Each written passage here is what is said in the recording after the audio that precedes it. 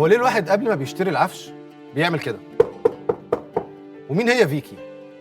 وزي ما كلنا عارفين إن الساب من الباب للباب، نربط بقى الحزام قبل ما نبتدي الحلقة، لأن لولا حزام الأمان لكنا في خبر كان.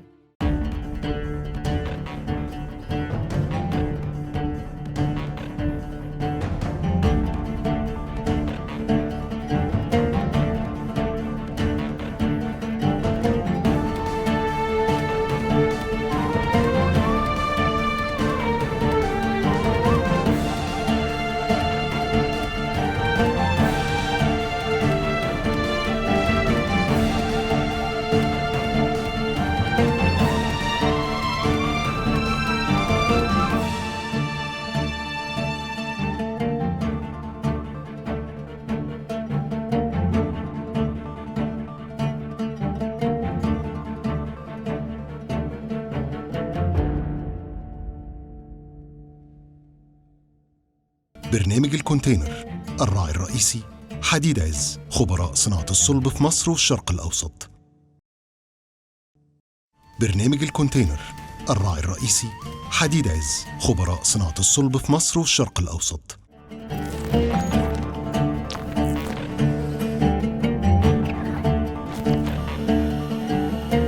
مصنع لاروش بينتج أساس بجودة عالمية وأبواب ضد الحريق.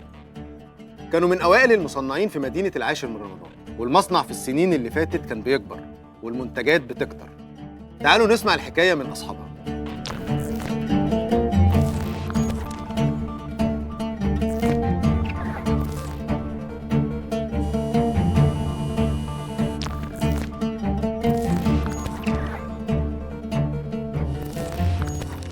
باشمهندس مجدي، ازي حضرتك؟ اهلا بيك يا فندم. أنا مبسوط جدا إن أنا مع حضرتك وانا وليا الشرف. الشرف ليا يا حبيبي. عندي بس سؤال، ليه دايما لما حد بيجي يشتري أي خشب بيعمل كده؟ ملهاش اي معنى في الدنيا بجد؟ ولا اي دلاله على حاجه. ولا بتبين مثلا ده خشب طبيعي ولا حاجة؟ لا ولا كفتة؟ لا دي عاده ملهاش اي لازمه. ليست لها اي دلاله يعني. طب يعني لو اي حد عمل كده بعد كده هعرف ان هو مش فاهم حاجه. لا مش فاهم حاجه أيوة. طبعا. طيب ممكن حضرتك تحكي لنا الحكايه من بدايه المصنع؟ انا ابتديت صناعه الاساس في المنطقه الصناعيه في جسر السويس، في مصنع في هانجر. كان المسطح بتاعه حوالي 800 متر. خلال كام سنه كده اهوت طلعت مدينه العاشر من رمضان. بدات بالمصنع حضرتك القديم دهوت، كان دورين، وبعد كده زاد الطلب شويه والدنيا مشيت وبقت حلوه، فعليت 3 ادوار تاني. ما شاء الله. في 2005 ابتديت افكر في ان احنا لازم يكون لينا مصنع يعني للفينيشنج بقى. ايوه، يعني من 90 بعد 15 سنه حصل التوسع الكبير للمصنع اللي هو بتاع الفينيشنج. ايوه. ودلوقتي بقى لنا من 2005 يعني تقريبا 19 سنه كمان. ما شاء الله. برنامج الكونتينر، الراعي الرئيسي حديد عز، خبراء صناعة الصلب في مصر والشرق الأوسط. برنامج الكونتينر، الراعي الرئيسي حديد عز، خبراء صناعة الصلب في مصر والشرق الأوسط.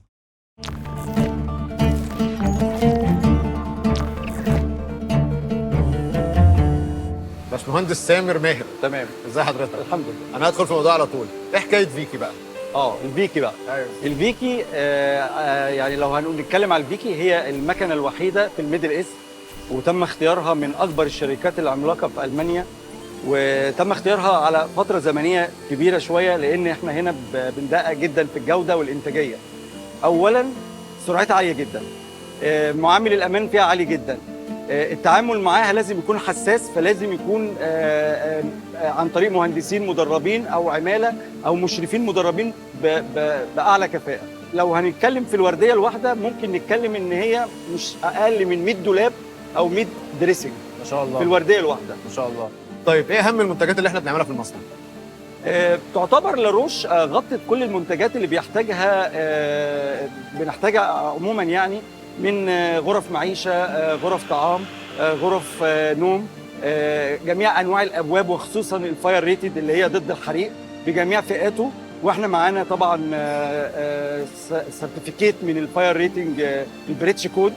فالحمد لله مغطيين كمان الانترنال والاوت دور لجميع المنتجات تقريبا. جميل. طب حضرتك تقدر تقول لنا خطوات الانتاج كده باختصار؟ اكيد طبعا. احنا بنبتدي بخطوات الانتاج زي ما حضرتك شفت. بنبتدي بالتقطيع. طبعا برضو مكن CNC دون تدخل عامل بشري غير البرمجه بس في المناوله، ده بيدينا انتاجيه عاليه.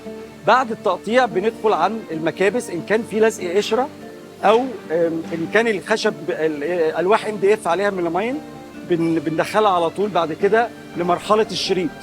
اي منتج عندنا بياخد مرحله الشريط، بعد كده بيدخل تخريم، بعد كده يطلع تجميع لو كان في حاله ان هو ميلامين، او يطلع قسم الدهانات زي ما حضرتك شفت في كابينه الدهانات، يدهن، يتجمع، يتغلف، ياخد الجوده مراحله كلها ويطلع للعميل.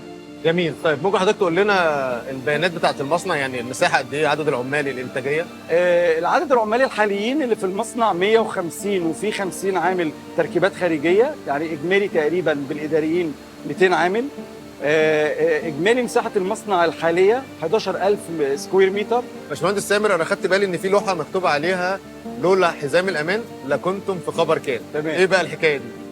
احنا هنا طبعا بنعتني بالسلامه والصحه المهنيه جدا، بنخاف على العمال بتوعنا جدا، وعندنا فريق متكامل للموضوع دوت، اللي هو اللي بيحط اللوح ديت، هو اللي بيحط التعليمات على كل المكنه. بس هو يعني هي مش مفيش حزام بجد، هو بس هو كناية ده يعني. تنبيه، يعني مفيش مكنه معينه بتلبس لها حزام؟ لا طبعا، بس احنا بنلبس السيفتي كامل. أيوه. وده تنبيه على طول كل يومي على ارتداء السيفتي اللي هو زي ما حضرتك شفت موجود في المصنع كله. باشمهندس سامر، دلوقتي ممكن حضرتك تكلمنا عن الانتاجيه، يعني تقريبا في السنه بتنتجوا قد ايه؟ شهريا بنطلع انتاج لا يقل عن 1200 باب بلس فوق ال 900 دريسنج حسب احتياج المشاريع، برضو غير غرف النوم وغرف السفره اللي بتطلب مننا من المشاريع من الشورومز بتاعتنا. طيب ايه بقى موضوع الساب اللي هو بيستخدم برضو؟ الساب هو نظام ERP سيستم بنستخدمه هنا، زي ما بنقول بالمختصر من الباب للباب. بمعنى ايه؟ الساب ده نظام عالمي تستخدمه اكبر الشركات في العالم، نظامي جدا. بنعرف العمال بيدخلوا امتى، من اول ما العمال بيدخلوا، من خلال كمان المونيتورنج على الساب بنعرف المنتج اتحرك ازاي، وخد جوده ولا لا، وقف ليه، وليه ما خدش جوده، وليه في عطل في الماكينه ولا لا. هو كاشف المصنع كله، وبيعمل لنا حصر للتوقفات، بيعمل لنا حصر للانتاجيه، بيعمل لنا حصر للشورتج للماتيريال اللي موجوده. بعض الخامات مثلا لو احنا وقفنا عليها يظهر عندنا على الساب على طول، فبنضطر ناخد اجراء سريع. علشان كده حضرتك هتلاقي الريتم جوه مصنع لاروش سريع وفي نفس الوقت هادي، مش فيه الدوشه، ولكن كل واحد عارف شغله ايه، منظم صحيح. جدا جدا. وتتميز لاروش في الحته ديت، العمليه التنظيميه والسيفتي.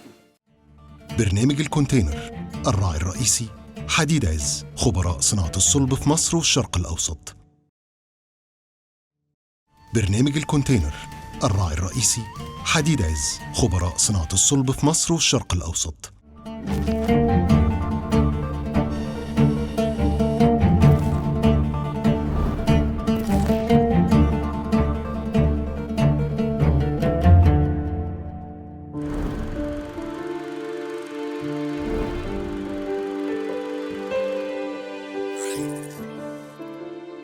عم رمضان اشتغل من ايام ما كانت الصناعه يدويه. الصناعه اتطورت، وعم رمضان برضه طور نفسه معاها. اما احدث عامل اللي هو محمد فبقاله تقريبا شهرين بس، لكن باين عليه انه حابب المهنه جدا. عم رمضان ازاي حضرتك؟ انت اقدم عامل هنا يا عم رمضان صح؟ بقالك كام سنه؟ 32 سنه. ما شاء الله. يعني انت بدات من 32 سنه كان المصنع ده موجود؟ يعني هو كان مصنع واحد واتطور بقى مصنعين. طب وكان المكن زي ما هو ولا كنت بتشتغلوا بايديك؟ لا، شغال على المكن القديم اللي هو اليدوي. ايوه. يعني انت حرفاجي بقى، يعني انت نجار بجد. انا مكانجي من الحاجات اللي كنت تشتغل على الحاجات بايديك وكان المكن قليل وكده. طب انت محمد فاكر المرحله دي ولا تسمع عنها حتى؟ لسه جديده كده واعرف عنها. بقالك قد ايه؟ شهرين بس. ده انت لسه في البدايه خالص. بدات احب النجاره وكده. خشب يعني حاجه كده فيها أيوة. روح، انا بحس كده يعني زمان كان كل حاجه بتتعمل بالايد فكان في حرفه. ايوه. النهارده المكن بيساعدنا شويه وكده. طب فاكر يا عم رمضان اول حاجه عملتها في المصنع من 32 سنه كانت ايه؟ اول حاجه اشتغلت عليها كانت مكنه الحليب. ايوه طبعا. هو مفيش دلوقتي خالص حاجه بتتعمل يدوي ولا في، اوردر لا، مثلا؟ في موجود بس قليل عن الاول. ما بقاش زي الاول. لا. طب محمد عجبتك الحكايه وناوي تكمل فيها ولا لسه هو بتفكر؟ اكمل ونفسي اتعلم المكن وكده واتعلم النجاره، بحب النجاره. ان شاء الله. وانا إن شاء الله. رايي انك كل ما يبقى عندك وقت تروح لعم رمضان كده وتخليه يعلمك حاجه على اصولها. النجاره عشان يعلمني وكده. ايوه ماشي. شاء انا الله. كنت مبسوط جدا انا معاكم، ويا رب دايما كده في انتاج الله يخليك. وتعملوا شغل اكتر باذن الله. ان شاء الله بإذن شكرا يا عم رمضان. نعم. شكرا محمد.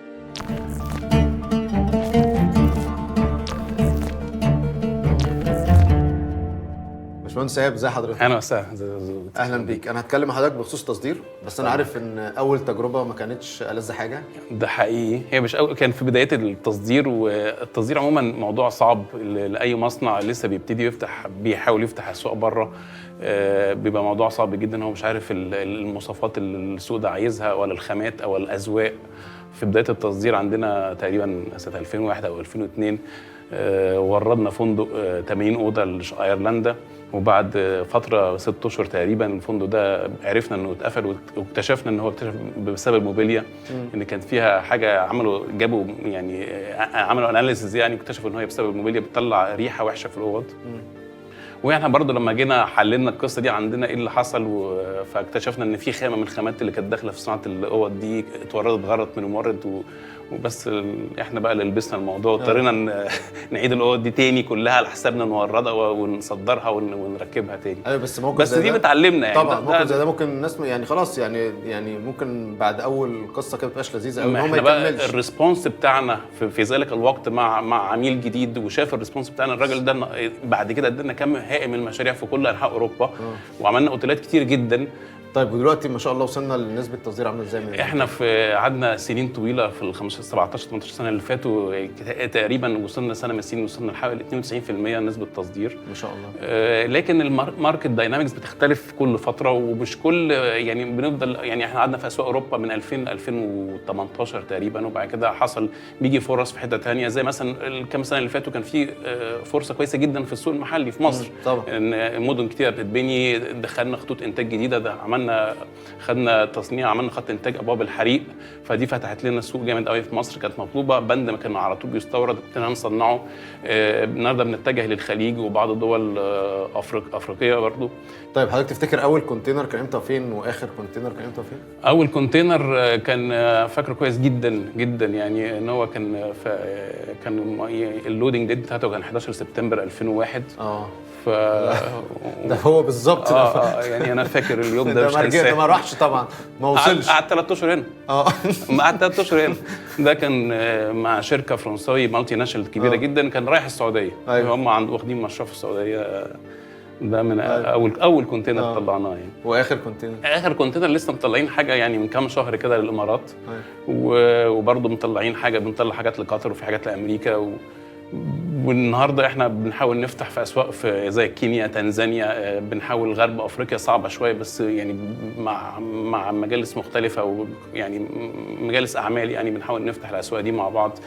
وطبعا السعوديه يفضل ان هو من اهم الاسواق، مش بتاعنا احنا لسه بنحاول نفتحه، لكن هو بتاع مصر، هو سوق مليان طلب، وعندنا فرصه فيه الحمد لله كويس. ايوه طبعا. كمان محتاج اسال حضرتك على الذوق بالنسبه للاساس، يعني هل هو اختلف في ال 17 18 سنه اللي فاتوا؟ طبعا يعني الذوق الكلاسيك الاساس، اكيد حد تسال على الكلاسيك. أيوة. هو الذوق الكلاسيك كاسمه عمره ما هينتهي، هو يفضل موجود، لكن الطلب عليه في العالم كله مش في مصر بس بيقل، نتيجه ان الاجيال الجديده عايزه حاجات ابسط. نتيجه ان الذوق الكلاسيك اساسا بيتطلب خامات غاليه وخامات طبيعيه كتيره ومصنوعاته كتيره، فبيبقى غالي، فالطلب واسعار النهارده الخامات في كل انحاء العالم زي مثلا 20 30 سنه. طيب موضوع الدريسنج بقى، يعني هل دي من امتى كان في دريسنج؟ يعني هو كان في فتره كده ما كانش في حاجه اسمها دريسنج، كان دايما الدولاب هو اللي بتاع الاوضه، وبعدين فجاه دخلنا في قصه الدريسنج دي. دريسنج روم هي الاوضه صغيره ملحقه باوضه النوم. ايوه. ده فعلا كنا بنشوفها في مصر في فترات بعيده شويه، لما كان في مجتمع او فئه من في المجتمع القصور. فئه مجتمع ابتدت تروح لمناطق جديده زي القاهره والتجمع الاول والخامس والشيخ زايد، فكانت البيوت كبيره قوي في ذلك الوقت في بدايه المناطق دي. فكنا بنشوف فعلا نروح نعمل معاينه للبيوت نلاقي فعلا كل اوضه نوم ليها دريسنج روم. الكلام ده النهارده ما بقاش موجود، ان الدنيا غليت جدا والاسعار الاراضي غليت جدا والبيوت صغرت حتى صحيح. في المناطق الجديده دي. فالناس لسه بتسميها الدولاب بيسموه دريسنج روم، فاحنا ما بنحبش نزعل الزبون وبنسميه دريسنج روم، لكن هو في الاخر دولاب. شكرا جدا الله يا باشمهندس يخليك، ايمن، كنت تحت مبسوط مع أمرك. حضرتك، ربنا يخليك. ودايما في تصدير اكتر وانتاج اكتر ان شاء الله، ونتقابل دايما على الله خير. يخليك. البدايات دايما صعبة، لكن الشاطر هو اللي يرمي ورا ظهره ويتحدى نفسه لحد ما ينجح. النهارده مصنع لاروش بيصدر لأمريكا وأفريقيا ودول الخليج. كل الدول دي بيوصل لها كونتينرات فيها منتجات بتصميمات عصرية وجودة عالمية وعليها أحلى جملة: صنع في مصر.